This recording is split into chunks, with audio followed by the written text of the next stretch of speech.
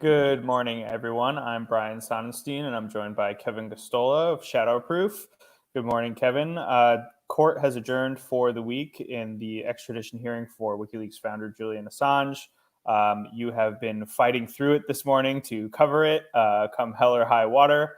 And I would just love to hear how things went today and what we saw in court. Yeah, so I am a part of the story for today's court proceedings. I don't really like that. I would like to keep the focus on Khaled el-Masri, who is I'm in the windy city of Chicago, so we're picking up some of the wind. I want to keep the focus on Khaled el-Masri, who was targeted by the CIA. It ended up being a mistaken identity. He was kidnapped, tortured, and subject to rendition, then held incommunicado for a period in a prison, a black site prison in Afghanistan. And then he was reverse renditioned back to Albania, I believe, and then he eventually was able to go back to Germany. He's a German citizen, and so he submitted testimony in support of Julian Assange, which I'll go into more detail. But let's get it out of the way. I joined like I am expected to do every morning, as I have done for the last 8 days, and then I was not recognized. And a fellow journalist from Norway informed me through direct message that my name was not appearing in the room. So I knew something was going on that was strange. And then I was kicked off. They logged me off because I was in the lobby waiting, and the cutoff time had passed. So we're expected to join 20 minutes before court at the top of the hour. And for me, that means that I have to be logged in and ready to go before 3:40 a.m. Central Time. And so I immediately called the officer who is in charge of hosting the room, and I told them what happened, that there was a glitch, that I was there, and that my name did not appear. And she insisted that I was in the room after the cutoff, and so she could not grant me access to the proceedings this morning, which meant that I was not going to be able to follow any of the witnesses in the morning and their cross-examination and the prosecutor's cross-examination.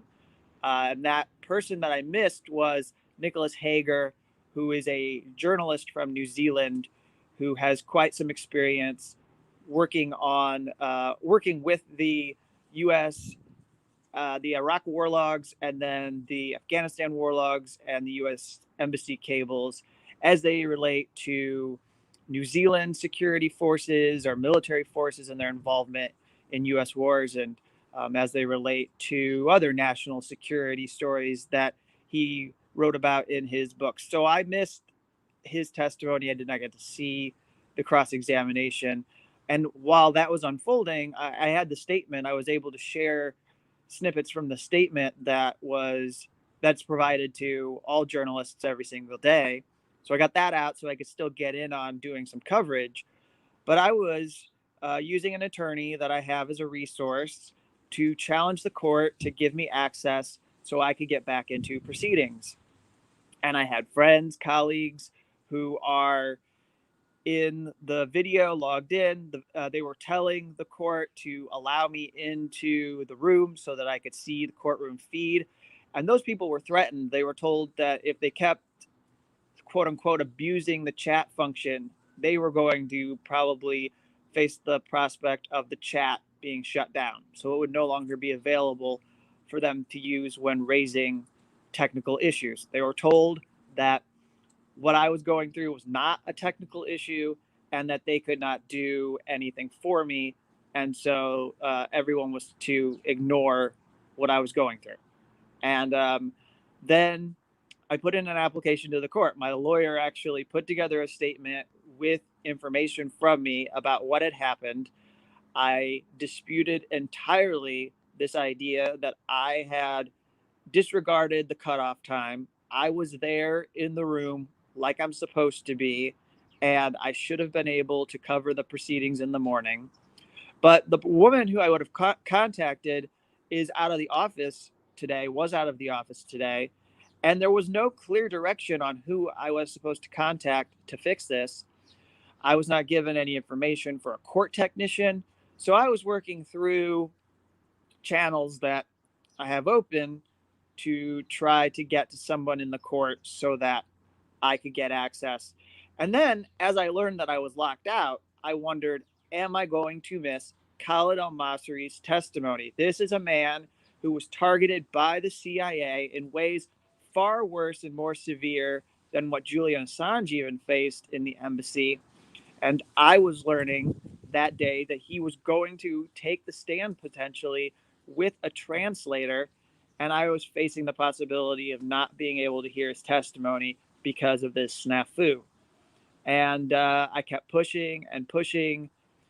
And eventually, what happened is there were technical difficulties that prevented Khaled el-Masri from taking the stand. They were not able to do the call through the video platform.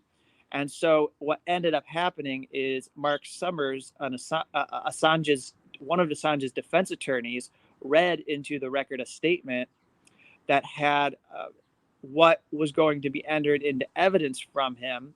So there was no cross-examination. The prosecutors actually had no plan to do any cross-examination, so this was acceptable. And understandably so, the prosecutors aren't going to challenge whether he was tortured or not. I don't think that's a really good way to handle these proceedings. It would just call more attention to what he's trying to say. And so they read this into the record, and as Summers was reading it into the record, I was finally allowed in.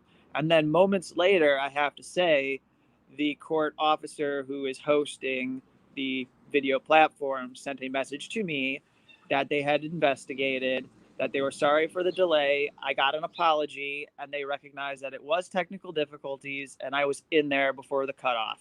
So I won. I was right, and they were wrong.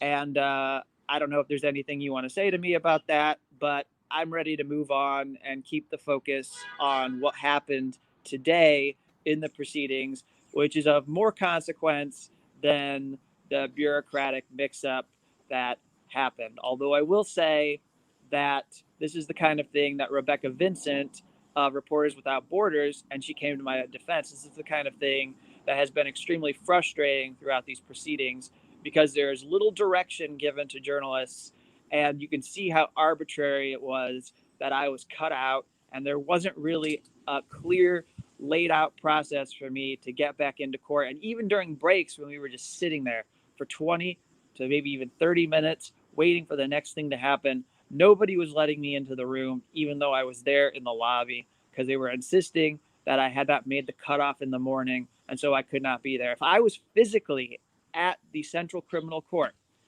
and these are supposed to be an extension of the courtroom. There are people who are in overflow rooms watching the proceeding, and that is happening under the same law that is allowing me to watch this feed from the United States. So if they were late to that overflow room, they might be told they could not go in. But if there was a break, they most certainly would be allowed into that room. And so, I'm glad that I got an apology. But unless you have anything you wanted to add about what happened this morning, I'll move on to the testimony that was at the center of today's proceedings. No, I think we should just get right into the testimony. What did we learn today? Yeah, so we concluded Carrie Shankman's testimony, but I think the highlight and the most crucial thing and what I'm going to focus on in my written report that is to come, and I mostly have it drafted already, is what Khaled el-Masri presented to the court. Because Khaled el-Masri is a key part of the public interest defense for Julian Assange that he will not be able to put on in a U.S. courtroom if he is put on trial under the Espionage Act, if he is successfully extradited and brought to the United States. So in the UK, they've found a way to get this into the record, to put this before the judge in order to challenge the extradition.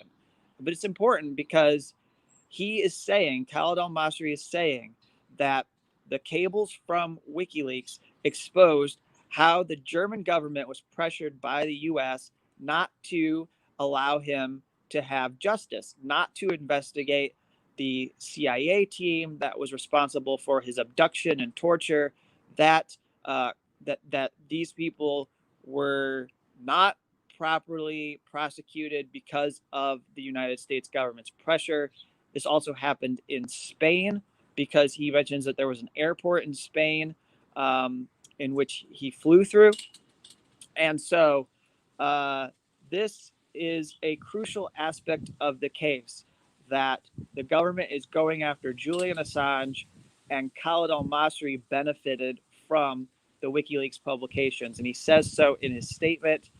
He says he speaks for his appreciation of the state secrets that were published.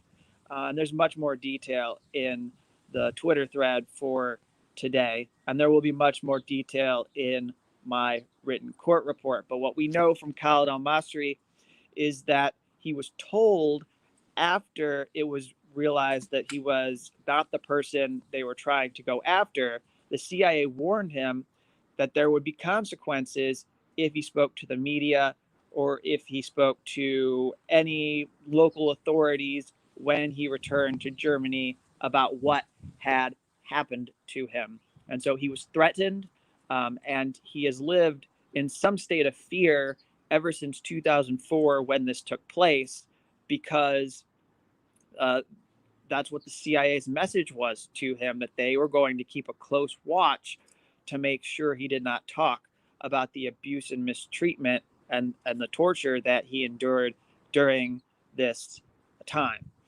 And so he had a case in the European Court of Human Rights. It ended up vindicating him. It required the Macedonian government to pay damages for their role, but the US government has never been held accountable at all for what they did.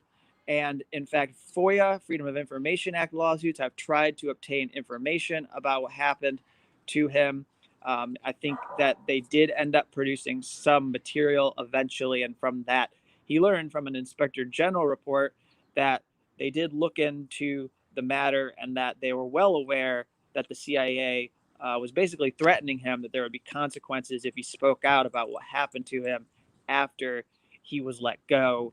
After he was finally, well, he faced a reverse rendition. They brought him back to Albania. He was walking around. He says, and there were like masked, then there were Albania police officers who wondered where he had come from. And the Albania police officers then said, why are you here? You don't have any paperwork or documentation. They recognized he was there illegally. Well, of course, he was dropped off by a plane that was a US or a CIA rendition flight. And then eventually, after everything was sorted out, he did return to Germany. But he says he's faced threats. He's had unidentified individuals follow his children.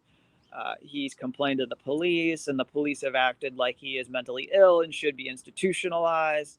And this is something that he's been dealing with. And I mean, this is a story for almost all detainees who have been targeted by the CIA or were mistakenly targeted by the CIA. Several of them were people who did not turn out to be terrorists at all. And this is what has happened to them when they challenge their treatment, and they cannot get justice. And he is part of an international criminal court case that is challenging what happened to him.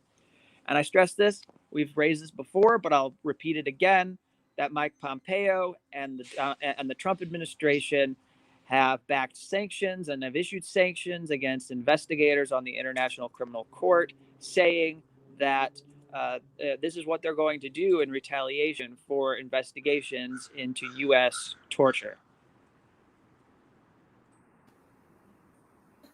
Thank you, Kevin. Anything about any of the other witnesses that were involved today? So we concluded Kerry Shankman's testimony. I pretty much well covered Hager's. He was saying essentially that he felt like the material was handled responsibly. It mirrored some of what we've heard before from Professor Sloboda about the Iraq war logs. It mirrors some other testimony about how there was care taken with the material and what he was expected to do as a journalist.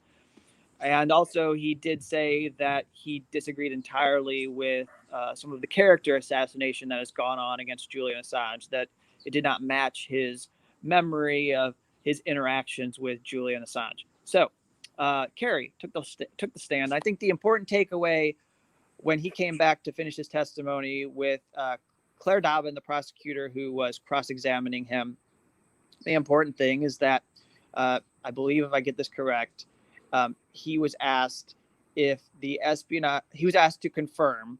Do you agree that the Espionage Act does not preclude the U.S. government bringing a case against publishers for the publication of national defense information? National defense information is how the law is written. It does not say classified information. It says national defense information, which includes more than classified information. It can be sensitive but unclassified information that is criminalized. So he was asked this, and Kerry says, yes, it's very, very broad in scope. I agree that the law as it's written could be used to target publishers. But his position also at the same time is that the Constitution would say you cannot bring that law. So the law says you could apply it, but you wouldn't ever do it because the First Amendment is a protection that would prevent such a prosecution. Well, then she said, all right, then we're in agreement. We agree that we can publishers, we can go after publishers under the Espionage Act. Hugely problematic thing to arrive at here in these proceedings.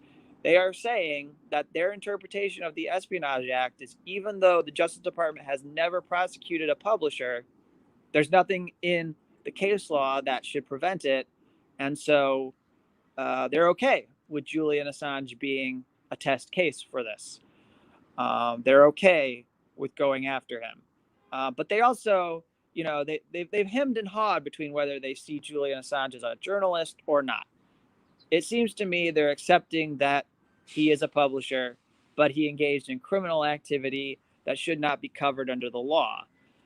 And then, I guess, to cover their backsides, they're also saying, okay, if he is a journalist, we're still allowed to bring this case against him, which is quite chilling given the nature of the world, press freedom principles, everything that you care about in a democracy. This is why it is so important for us to be following this case. Thank you, Kevin. What can we expect next week in the proceedings? So next week we have a couple witnesses. I understand one is Jacob Augustine, who is from Die Freitag, which is a paper that ended up publishing about the unredacted embassy cable cache that was lost, that became compromised by the password that David Lee had published and Luke Harding published in their book. There's another person named Christian Grothoff. I'm not familiar entirely with this individual, so I'll have to catch up on him over the weekend, but I'll be fully prepared to cover that person's testimony as we begin the third week of Julian Assange's extradition trial.